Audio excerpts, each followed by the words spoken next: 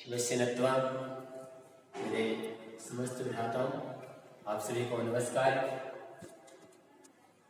स्वागत है। आज हम लोग फेसबुक लाइव कर रहे हैं और मैं यूट्यूब लिंक आपको दूंगा।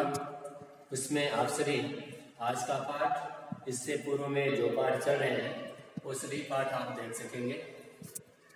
आज हम लोग, जैसा कि सबको ज्ञात है, हमने कल पढ़ा है सांख्य कारिका का सामान्य परिचय, दर्शन का सामान्य परिचय और प्रथम कारिका हुई थी। आज हम लोग पढ़ेंगे दूसरी कारिका।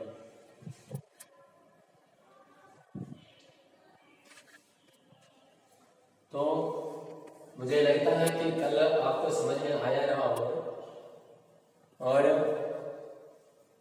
आशा करता हूं कि आप सभी फेसबुक के माध्यम से जुड़ चुके होंगे। जो यूट्यूब में देखना चाहेंगे उनको कल मैं आज के लिंक में दे दूंगा, लिंक के द्वारा यूट्यूब में देख सकेंगे। दूसरी कारिका है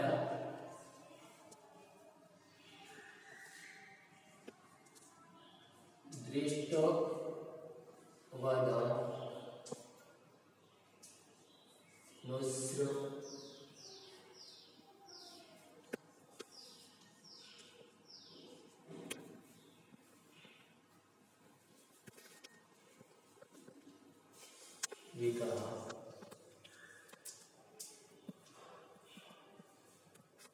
सही विशुद्ध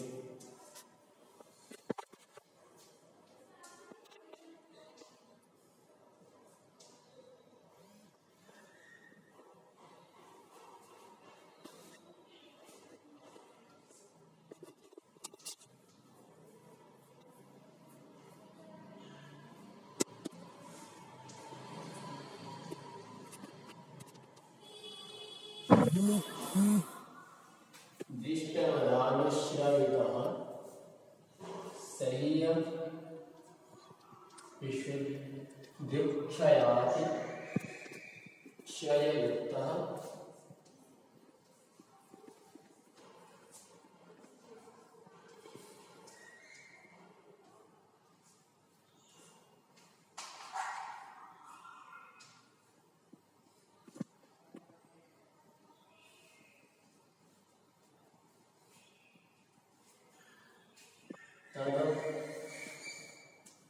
विपरीता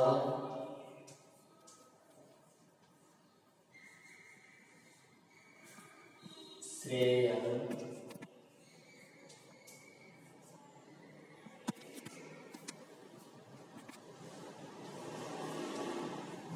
व्यक्ता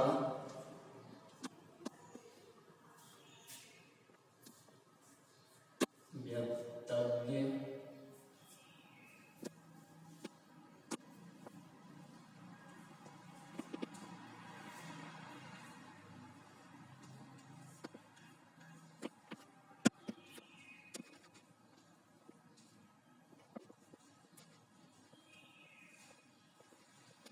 आशा करता हूं आप सभी को समझ में आ रहा होगा।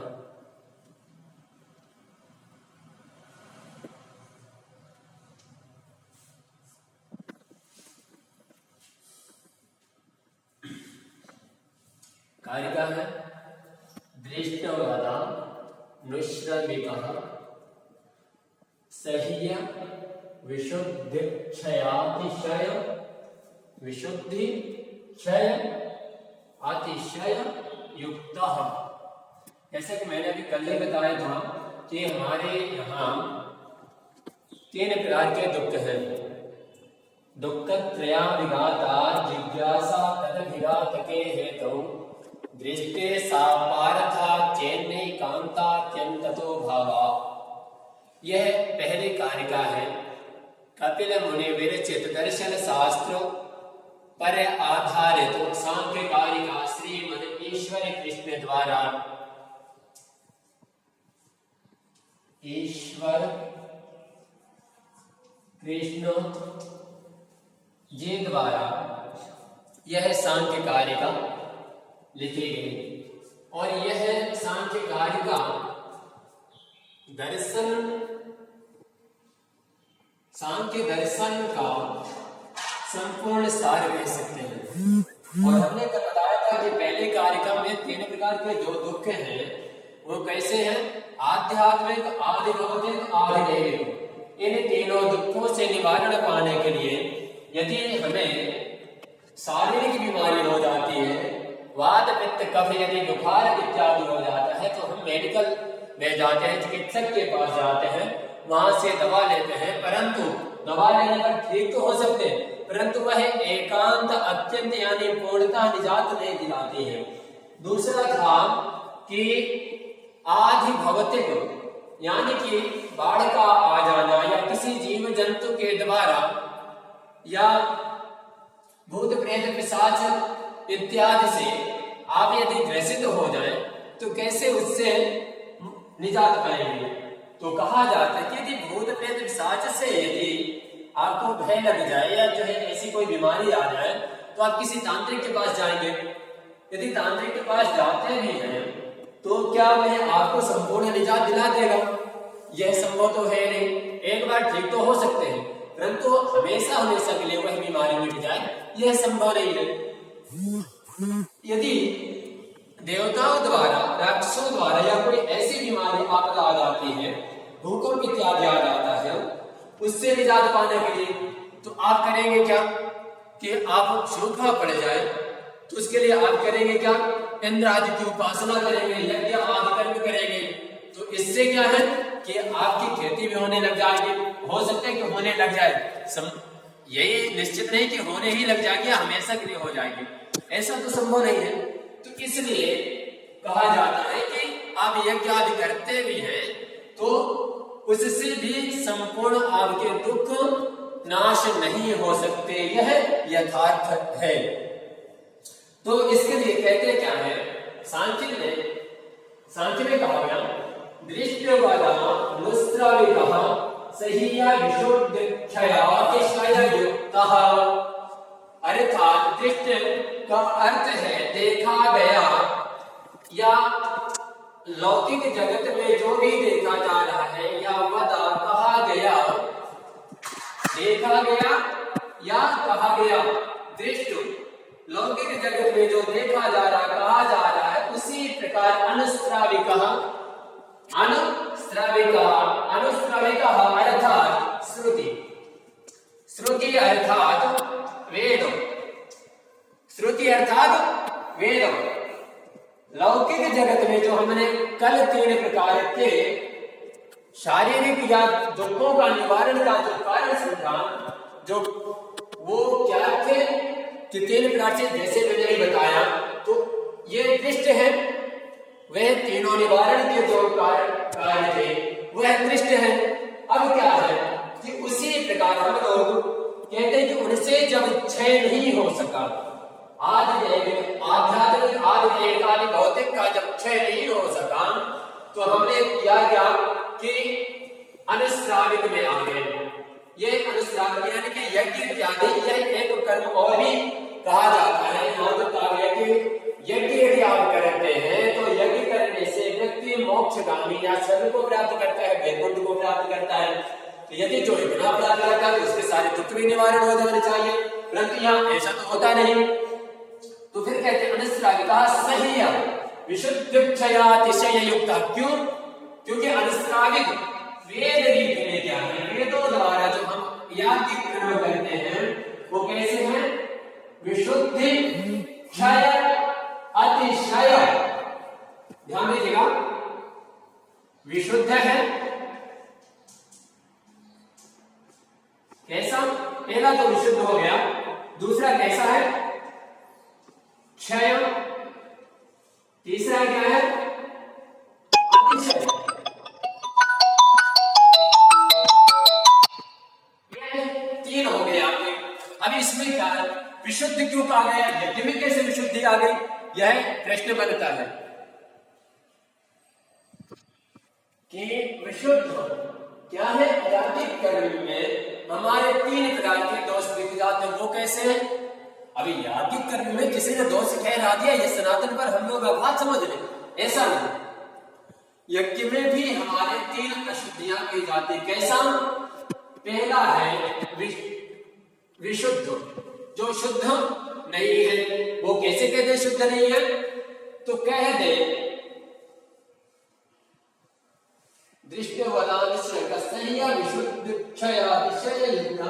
यानी कि विशुद्धि का अभिप्राय है, जैसे हमने हवि शब्द है, हवि यानी हवन, हवन यानी धान्य इत्यादि। हवि शब्द से समझना होगा धान्य, जो तेरे इत्यादि जो हम लाते हैं। अब सोचिए कितना बड़ा विषय है कि पहले तो हमने किया क्या? विशुद्धि कहां हमें आ गई? जो तिल को जो जलाते हो सकते हैं लोग भूखे, उनको दान करना चाहिए, ऐसा भी विचार आ सकता है। जैसे कि आज के जनरेशन पे ज्यादा चल रहा है कि भगवान को दूध क्यों चढ़ाएं और हम किसी को दे दें, ऐसे भी विशुद्धियां आ सकती है लोगों में। परंतु ये कतई नहीं कि हम यज्ञ ना करें। तो विशुद्धि क्या है? लकड़ियां जो डालना, लकड़ियों में जो जीव जंतु हो जाना। हमारे यहाँ वेदों में पशु बलि का भी विधान आया है।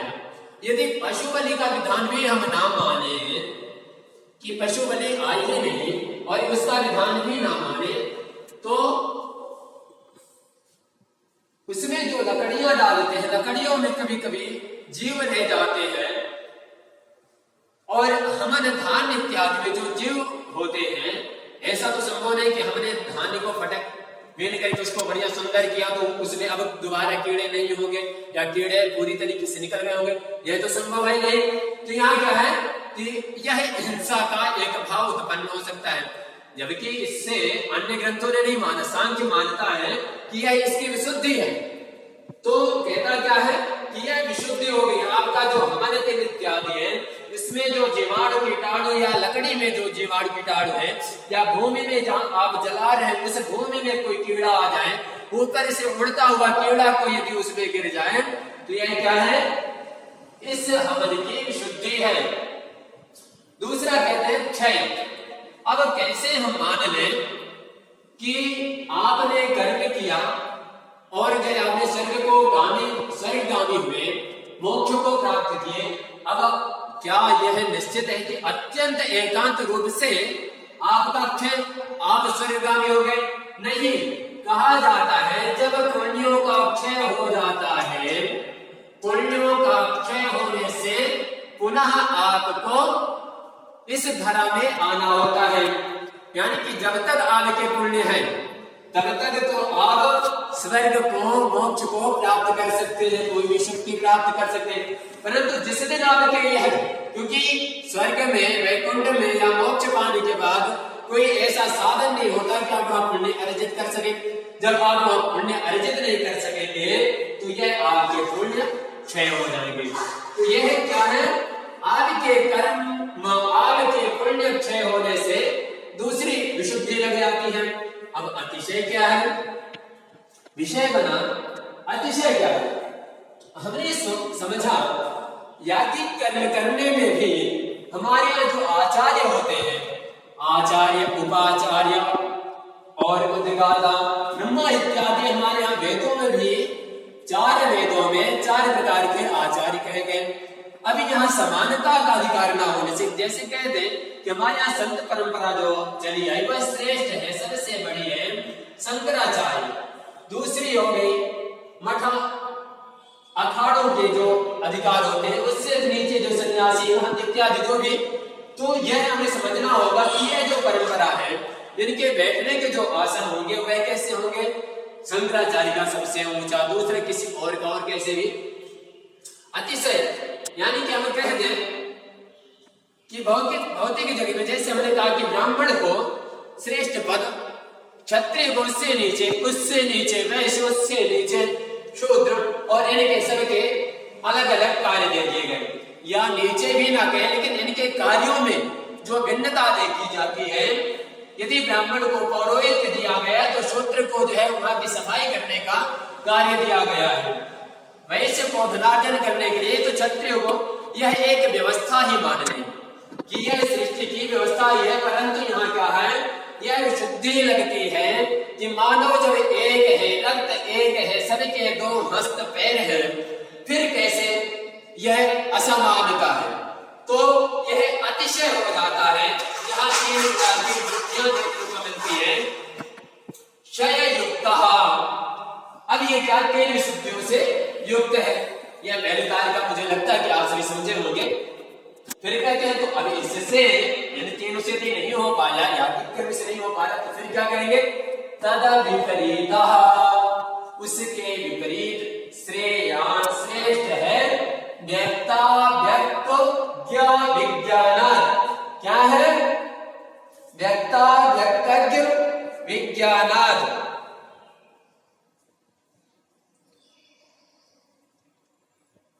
तो व्यक्त क्या है यहाँ पे,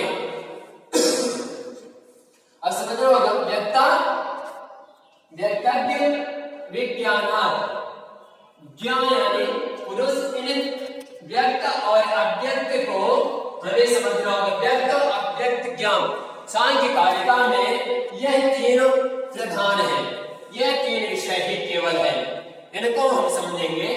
व्यक्त क्या है, अव्यक्त क्या है, ज्ञान क्या है, यह 3 विषय है। व्यक्ता व्यक्तज्ञ विज्ञानात्, तो अगली कंडिका में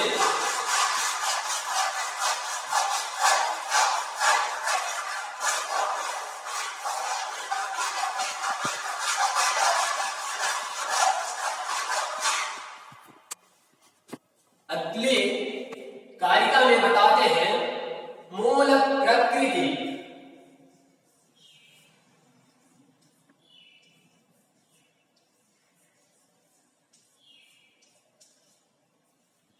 रविकृति,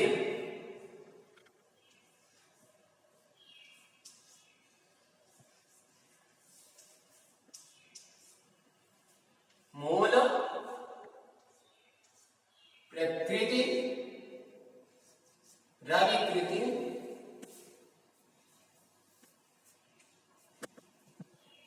महदाद्याः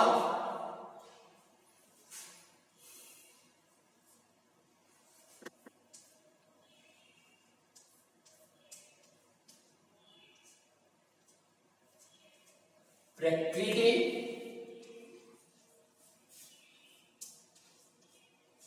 विकृतयः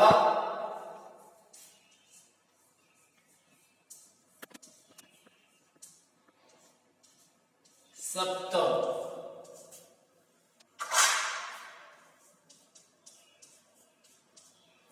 मूल प्रकृति रविकृतिर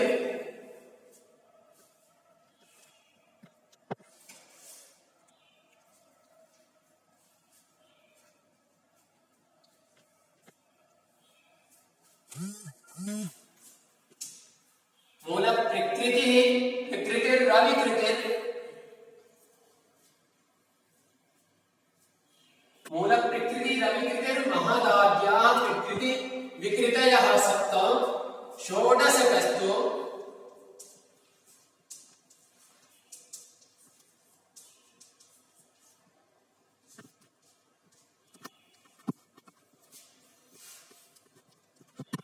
विकारो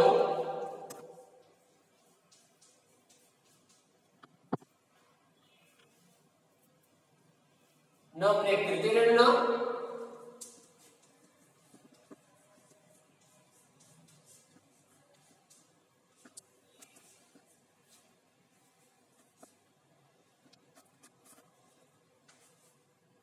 विकृति ही पुरुषः।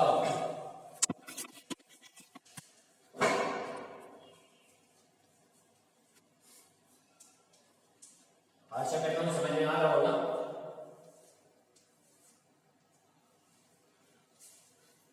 ध्यान दे लेंगे, यदि न समझ में आ रहा हो तो देख लीजिएगा।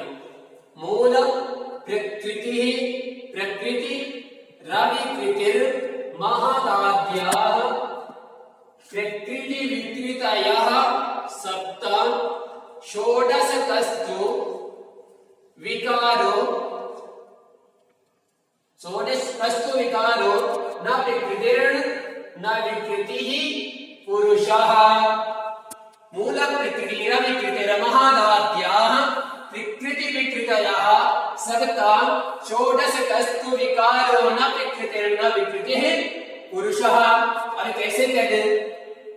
हमने कहा सांख्य में इस चीज को ध्यान रखिएगा, आगे बताऊंगा। 3 प्रमाण कहे गए हैं और 3 प्रमाण 25 तत्वों का व्यक्त अव्यक्त ज्ञान की पूरी इसमें स्थिति है। कैसी स्थिति है?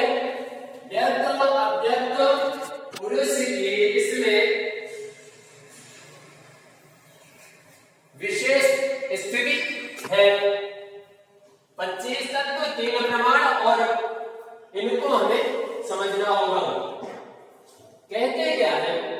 सृष्टि का सृजन हम कैसे मानते हैं, सृष्टि का संचालन कैसे मानते हैं, जो हम लोग मन सद रूपा इत्यादि को मानते हैं, वह यहाँ नहीं लागू होता है। तो कहते क्या है? क्या है? मूल प्रकृति ही अधिकृति ही। यह जो मूल प्रकृति है, मूल प्रकृति यह कैसी है? मूल प्रकृति ही अधिकृति ही। कैसी है? अधिकृति ही। ध्यान देंगे मित्रों, मूल प्रकृति जो है जिससे यह सृजन होना है, सृष्टि का संचालन होना है, वह कैसी है? अधिकृति ही। अधिकृति ही यानी किसी के द्वारा ना जन्म लेने वाली। कैसी है? मूल प्रकृति जो है वह किसी से जन्म नहीं लेती है। फिर महदाद्याः प्रकृति विकृतयः शक्त। फिर कहते हैं महदाद्याः प्रकृति विकृतयः सप्त।